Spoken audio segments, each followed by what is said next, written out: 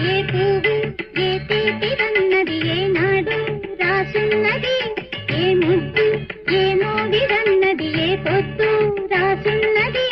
బంధాలై పెనవేయు వయసుకు అందాలే దాసోహమనగా, మందారం విరబూయు పెదవులు వధువులనే సరిచూడమనగా.